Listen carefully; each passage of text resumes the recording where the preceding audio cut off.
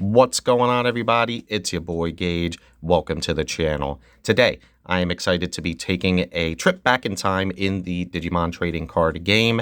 One of the things about the modern format of Digimon is that sometimes it can be a little too fast, a little too powerful, because the power creep has gotten very substantial, to say the least. So sometimes I just like to be able to play strategies from the good old days, and me and my good friend have been playing a lot of BT7 format, which is a format in which the hybrids were first introduced, and I gotta say, it has been a lot of fun. There is a lot of diversity. There are so many different types of decks, and the format is still slow enough to where it is engaging. There is a lot of back and forth, and if you have not tried to go back to an older format, this is very much one of them that I would recommend. So before I hop into it, please remember to like, comment, and subscribe to help out the smaller creators like myself. It encourages me greatly to continue to make content like this. So without further ado, let's go ahead and hop back in time to take a look at the blue hybrid Gabubond deck. So of course, we have to start with the rookies. And of course, we're going to start with Gabumon himself. So we are playing 4 copies of the EX1 Gabumon that allows you to have the inheritable, where when attacking once per turn, you reveal the top 3 cards of the deck and add a tamer or Digimon with Gabumon in its name to the hand. So this is just a consistency tool. You want to make sure that you have as many Gabumon as possible to be able to go for the Gabubond play. So we are maxing out on as many of the best Gabumon that we have to offer.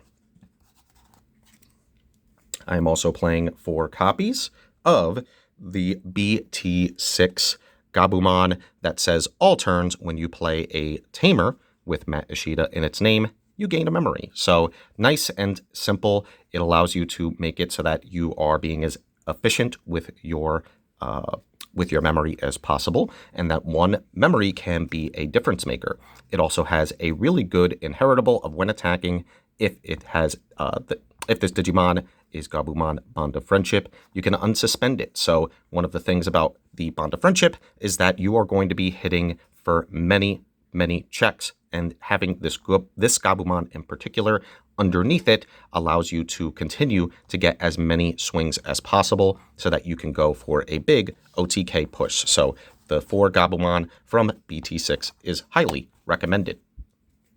And then I'm also playing 4 copies of the BT1 Gabumon, which has a very simple effect of on play, draw 1 card. So consistency is the name of the game. It is a Gabumon, so what more can you ask for? So on to the champions, we are playing 4 copies of Lobomon. So for those of you that are unfamiliar, this is, again, the introduction of the hybrids in its kind of modern form, in that you are able to digivolve off of it from a blue tamer if the tamer, as if it was a level 3 Digimon. So essentially, if you have a tamer in play, you could go ahead and digivolve into this off of that tamer for a cost of 2.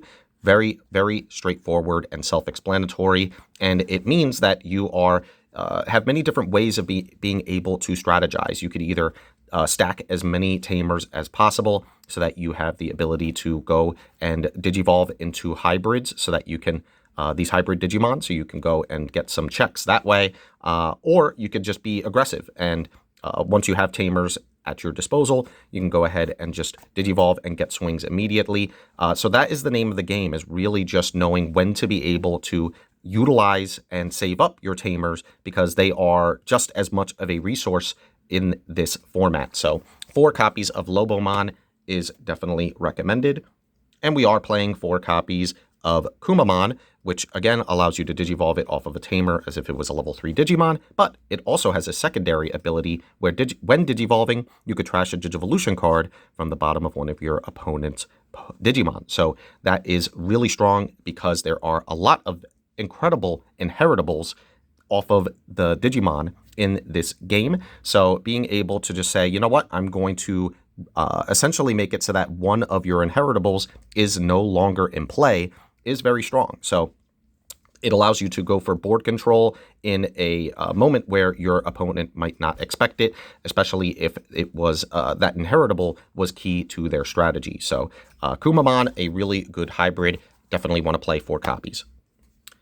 And then I am playing 4 copies of Lobomon as well. So this is from before this is one of the original hybrids in that it was not a hybrid that you could digivolve off of a tamer. However, it is still really strong because it has the when digivolving effect. This Digimon can digivolve into Ancient Garurumon in your hand for a cost of 1. It does delete it at the end of the turn, but usually you want to utilize this so that you can go ahead and, again, just be as aggressive as possible, get as many swings as you can, and it is very efficient because for essentially just 3 memory, the 2 memory that it would cost to digivolve into this off of a rookie, as well as the 1 memory to go into the Ancient Garurumon, it is very memory efficient. So that is why this is just a very good tech to still be able to play, even though you might not be able to digivolve it off of your tamers. Either way, you have plenty of rookies that you have at your disposal as well. So this can be very much an option to just go into from the Gabumons that are just kind of left lingering. Maybe you on-played one to get the draw. So if it's just kind of hanging out there, then you have a Digimon that you can go into to not only get an additional draw, but also potentially go for the Ancient Garurumon play. And then, of course, we have the Inheritable. When digivolving this Digimon into Ancient Garurumon from the hand, you reduce the cost by 2. So again, further making it so that it is that much cheaper and memory efficient. So yeah, I think that Lobomon is just a really good option to play in this deck. And of course, we are playing the 4 copies of Beowulfmon. So this allows you to essentially, if you made it digivolved off of if it has essentially a tamer in its Digivolution card, so if you did hybrid digivolve and you digivolved into this off of one of those hybrids, say your Kumamon or your Lobomon, then this would just essentially be for a cost of 1. So again, very memory efficient. And then when attacking, you can return 1 card with hybrid in its traits from this Digimon's Digivolution cards to your hand, and then you can return one of your opponent's level 4 or lower Digimon to the owner's hand. So that is just really good at establishing tempo, because not only are you going to essentially end up getting one of your own hybrids back, so for example, the Kumamon, it will end up going back to your hand.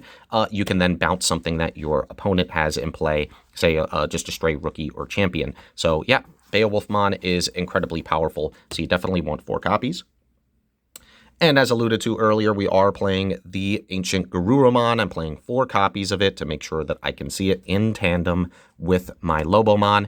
When attacking, you can unsuspend up to 2 of your Digimon with Garurumon in its names, including itself, or hybrid in their form. So most of the Digimon that you are going to be attacking with are going to be your hybrids. So that means that your Ancient Garurumon will be able to continue to either swing and unsuspend itself or something else, and then get in for additional swings. And it does have an on-deletion effect where you can play a level 4 or lower Digimon with hybrid in its form from your hand without paying the cost. So a pretty good consolation prize in the event that it does end up dying in a security check. It is 13,000 DP, so it is rare that it will, but it's nice to know that we have a floating effect. And either way, it will end up, if you do end up digivolving into it off of your Lobomon, since it would die at the end of the turn, the on-deletion essentially means that you will end up getting a consolation prize no matter what. And of course, we are playing the main card. We're playing 4 copies of Gabumon Bond of Friendship, just an absolute house of a card. This essentially says when attacking, if you have a tamer in play, which 99% of the time you will, you can unsuspend it, again, going for additional checks. And then when attacking, you can return one of your opponent's level 5 or lower Digimon to the bottom of the deck, which is just insane. Essentially, any of their ultimates and below are going to end up being put at the bottom of the deck, which can severely shift the momentum of the game in your favor. And a lot of the times you are going to end up going for multiple checks. So it's either going to completely strip away your opponent's security, or they are going to be dead. So yeah, 4 copies of Gabumon Bond of Friendship. You want to see it in tandem with your Gabumons because you can cheat into it. And the way that you can is off of the Tamer, the Matt Ishida, which says has two just really good effects. The first is the on your turn, when one of your Digimon with Gabumon in its name moves from the breeding area to the battle area, you straight up gain a memory and trigger draw 1. So really good at gaining a memory, having additional memory at your disposal, and getting more card advantage. But the main reason you play him is for the ability to, during the main, you could Digivolve a Gabumon into the Bond of Friendship from your hand for its Digivolution cost, ignoring its level. So that is insane. You are essentially warping from a Gabumon into the Bond of Friendship. If you do have to trash the top 2 cards of your security stack.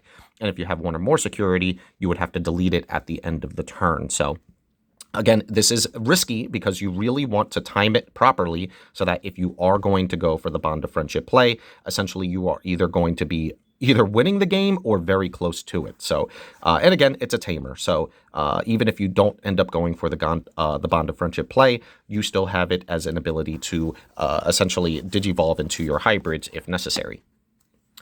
And we are playing the 4 copies of Tommy, which is limited in our current modern metagame. However, it is still at 4 copies in this format, mostly because it really isn't that much of an issue in this format. Out of the security, you could straight up play it without paying its memory cost, which is nice. But then it has an on-play to trash 3 Digivolution cards from the bottom of one of your opponent's Digimon, which, again, there are really strong inheritables that you would want to get rid of, so that is just nice to be able to have. And it does have a incredible, absolutely incredible inheritable of when attacking until the end of your opponent's next turn, one of their opponent's Digimon with no Digivolution cards can't attack or block. So this is a game changer. You are essentially using the on-play to set up the fact that you are going to be going for its inheritable, because a lot of the time by stripping 3 Digivolution cards, a lot of the time your opponent will have a Digimon that has at least no Digivolution cards. So that means your opponent will be locked out of their blockers. And of course, if they have an attacker that they're going for, they won't be able to utilize that either. So Tommy is just very strong. I can see why he is limited in the modern game. But honestly, in this format, not too bad. Honestly, just a very good card, but nothing broken. And then for some additional options, I am playing the Consistency Booster in Blue Memory Boost. Reveal the top 4 cards of the deck, add a blue Digimon, self-explanatory, and then it has the delay to be able to gain 2 memory. So just really good in this format, making sure that you have the as much consistency to see the pieces that you need, as well as additional memory in a pinch. And then for the last 2, I am playing the 2 Kakaitis Breath, returning one of your opponent's Digimon to the hand. This gets around anything that might be able to prevent deletion. And it's really just in a pinch, right? I like to be able to have security bombs just in case, and Kakaitis Breath is just a welcome inclusion so that my opponent always has to think twice about whether or not they are going to be going for a big push, because you never know. They might end up running into a Kakaitis Breath. Otherwise, if it ends up in my hand, I have absolutely no problem with playing this just to be able to make sure that I remove their big threat. So the final card is the probably should have started with the egg, and that is the 4 copies of the Upamon. Again, just a really the best egg that we have at our disposal when attacking. If your opponent has a Digimon with no Digivolution cards, you draw 1. So that combos very nicely with the many different cards we discussed that strip your opponent's sources. And even if we're not stripping sources, sometimes your opponent will just end up playing a rookie that would end up having not any Digivolution cards at all. So by default, they will end up meeting the requirement for you to get the draw off the Upamon. So guys, that is it for the deck profile. I hope that you enjoyed learning a little bit about the kind of the history of the game, the start of the hybrid format. Very, very fun. Like I mentioned, there are so many viable strategies in this format. And me and my friend have been having a blast being able to kind of take a step back in time to a format that was a little bit slower. It was a lot more back and forth, I assure you, and you will definitely see more from me. So if you're interested in this type of content, I will definitely be showing off more from this format just so that we can continue to see what other options we have available for such an underrated format in the Digimon trading card game. So that is it from me. I really appreciate it if you stuck around all the way up until this point to just hear me ramble and show off some pretty cardboard. And if, again, you're fans of content like this, remember to like, comment, and subscribe. It really does help. So until next time, GG.